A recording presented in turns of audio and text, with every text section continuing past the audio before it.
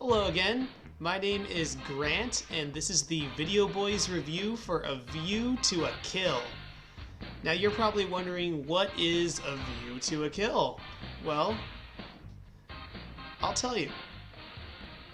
A View to a Kill is the 14th James Bond movie, and it was the last movie to feature Roger Moore as James Bond. A lot of people feel like Roger Moore should have retired one or two movies before this, since he looks too old to be Bond in this movie. And yeah, it's true, he is old. Roger Moore was 57 years old when he filmed this movie, and he was nearly 30 years older than his female co-star. But unlike the terrible chemistry between Bond and the girl from For Your Eyes Only, I kind of believe this one a little bit. In For Your Eyes Only, the younger girl just seemed to fall for Bond immediately. In this movie, the younger girl at first rejects Bond's advances. Watch this scene. Bond sees an attractive girl. By the way, the name is James St. John Smythe. I'm English. Oh, by the way, you didn't say what part of the state you come from, Miss, No, I didn't. And there, she leaves. He's old, he's creepy, so she's not into it. But when Bond and Stacy meet for the second time, things are a bit different. First, he saves her from some henchmen.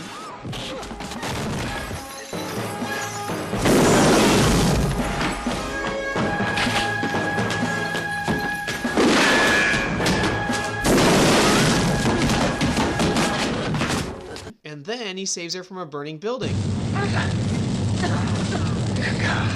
So yeah, he's old, but it doesn't bother me. If anyone was getting a little too old for their tenure, it would probably be Miss Moneypenny. But thankfully this was her last Bond movie too. I mean, 14 is kind of a lot. A View to a Kill also has a lot more action scenes than other Bond films do. And a lot of these scenes are really cool. There's the flaming elevator, the horse chase, the fire truck stunt, the battle on top of the Golden Gate Bridge, and another ski chase scene.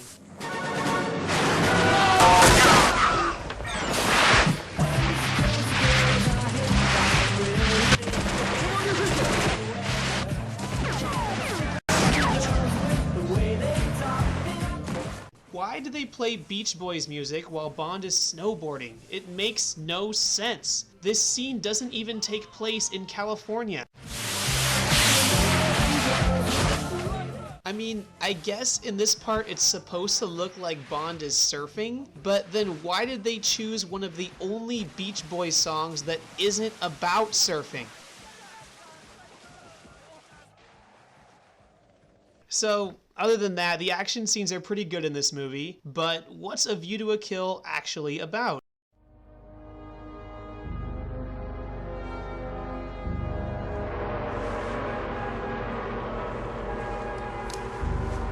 Wow. What a view. To a kill. Alright.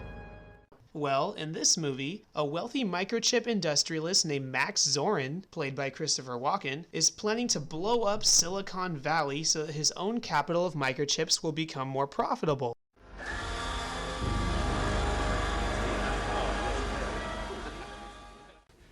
I propose to end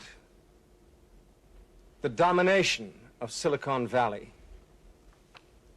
and leave us in control of that market. Sound familiar? This is the exact same plan that Goldfinger had back in the movie Goldfinger. The writers have simply replaced the word gold with the word microchips. We make microchips from silicon, which is common sand, but far better than gold. A lot of parts of this movie are actually kind of reminiscent of Goldfinger. There's a scene where Zorin tries to convince a group of criminals to go along with his plan. There's a scene where Bond and Zorin engage in some outdoor sports together. And, like Goldfinger, Zorin also has one lone henchman who does all his dirty work for him. And because Diamonds Are Forever also used these plot elements, this means that A View to a Kill is the second Bond movie to rip off Goldfinger. Elements of A View to a Kill even reminded me of Sean Connery's Never Say Never Again. Like Never Say Never, A View to a Kill seems to be trying to modernize the elements of a classic Bond film through the use of 1980s technology. Never Say Never did this with Thunderball, and now A View to a Kill seems to be doing it to Goldfinger. So why did they do this? Did they really think think fans wouldn't notice the similarities? Did they think we wouldn't care, believing that the film's action scenes alone were enough to carry the movie? Could all of this have been an homage to Goldfinger? Or maybe they were trying to bank off what was popular at the time about Never Say Never Again? Or could it be possible that they themselves didn't even notice these similarities? This movie just seems like it was made to be intentionally derivative, and it's just not clear why. So what's good about this movie? Well, like I said, the action scenes are awesome and the relationships between characters are believable. Take this scene when Bond and Zorin come face to face on top of the Golden Gate Bridge.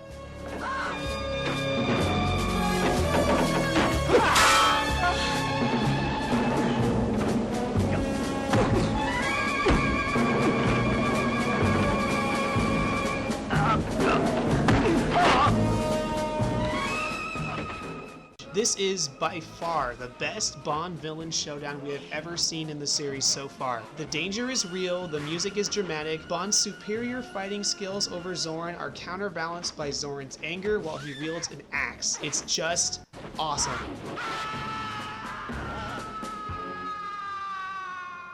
Let it snow.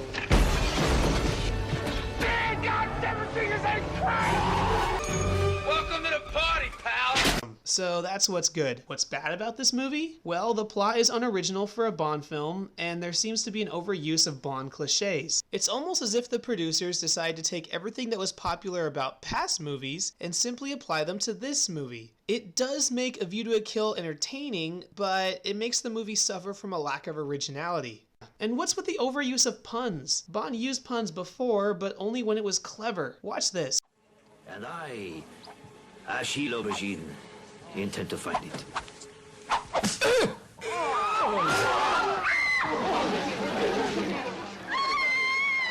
Qu'est-ce qu'il y a, monsieur? There's a fly in his soup. Hello? Your friend just died, Bond. Do you really think that that was appropriate? And it doesn't end there. You slept well? A little restless, but I got off eventually. Quite a letdown.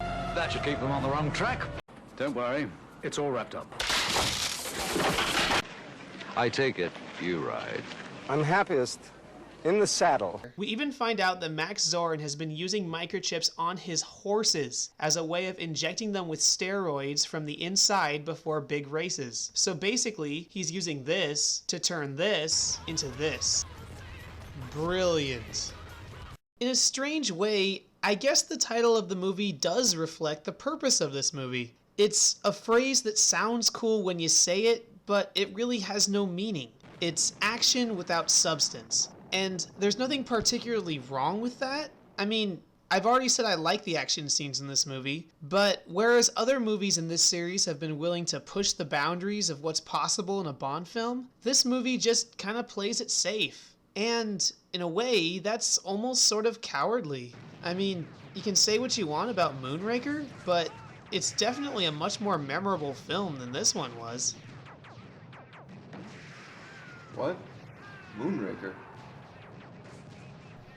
So yeah, this movie is worth watching if you like Roger Moore or Christopher Walken or a lot of action scenes, or if you just like to reminisce about the 1980s. Otherwise, nah. With a view to a kill. I got a fever, and the only prescription is more Video Boys.